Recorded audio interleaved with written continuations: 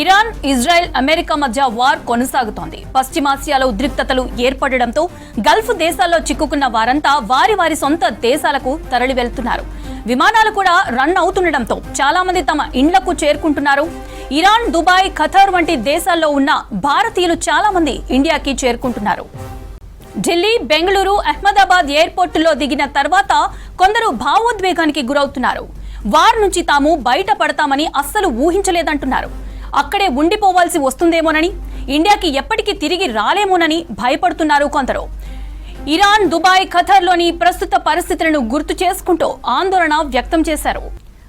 8 రోజులుగా America, Israel versus Iran war జరుగుతుండటంతో విమానాల రాకపోకలకు అంతరాయం ఏర్పడింది. దీంతో వేలాది మంది ప్యాసింజర్స్ వివిధ దేశాల్లోని ఎయిర్పోర్టుల్లోనే చిక్కుకుపోయారు.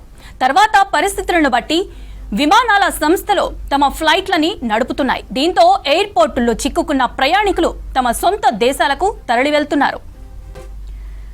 ఇజ్రాయెల్, అమెరికా, ఇరాన్ యుద్ధంతో గల్ఫ్ లో మరోసారి సంక్షోభ పరిస్థితులు కనిపిస్తున్నాయి. లక్షల మంది భారతీయులు గల్ఫ్ లో ఉపాధి పొందుతుండటం, ఈ ప్రాంతం భారత ఇంధన అవసరాలు తీరుస్తుండటంతో తాజా ఘర్షణలు ఆందోళన రేకెత్తిస్తున్నాయి. గల్ఫ్ దేశాల నుంచి భారత్ చేరుకున్న ప్రయాణికులు ఆనందం వ్యక్తం చేస్తున్నారు.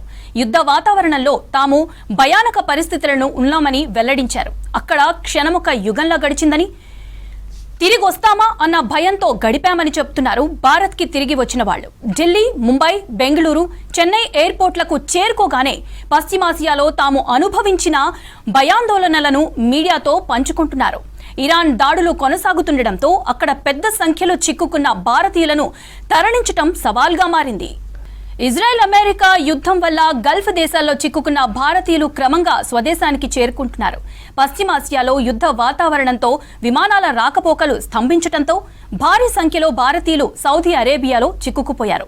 యుద్ధ విమానాలు, బాంబుల మూతతో భయభ్రాంతులకు గురవుతున్న వారిని కాపాడేందుకు భారత ప్రభుత్వం అన్ని చర్యలు తీసుకుంటోంది.